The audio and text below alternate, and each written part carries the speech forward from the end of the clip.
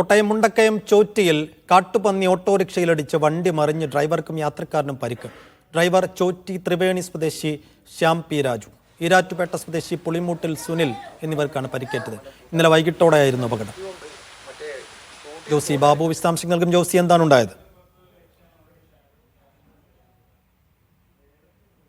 PC Mundakayam ചോറ്റിയിൽ ഇന്നലെ വൈകിട്ട് 7:30 സംഭവം ഉണ്ടായത്. ചോറ്റി ത്രിവേണി സ്വദേശിയായ autorickshaw driver P Raju, Erattupetta സ്വദേശിയായ പുളിമൂട്ടിൽ സുനിൽ എന്നിവർക്കാണ് പരിക്കേറ്റത്. ഇരുവരും ആശുപത്രിയിൽ ചികിത്സ തേടിയിട്ടുണ്ട്. ശ്യാമിന്റെ മുഖത്ത് 20ഓളം തുന്നിക്കെട്ടുണ്ട്. സുനിലിന്റെ തലയ്ക്കാണ് പരിക്കേറ്റത്. ഓട്ടോറിക്ഷയ്ക്കും കേടുപാട് സംഭവിച്ചിട്ടുണ്ട്. ഇവർ ഓട്ടോറിക്ഷയിൽ സഞ്ചരിക്കുമ്പോൾ കാട്ടുപന്നി ഓട്ടോറിക്ഷക്കടിയിലേക്ക് ഓടിക്കേറുകയായിരുന്നു. തുടർന്ന് ഓട്ടോറിക്ഷ തലകീഴായി മറിഞ്ഞാണ് അപകടമുണ്ടായത്. പ്രദേശത്ത് കാട്ടുപന്നി ശല്യം രൂക്ഷമാണ്. എസ്റ്റേറ്റ് മേഖലയാണ്.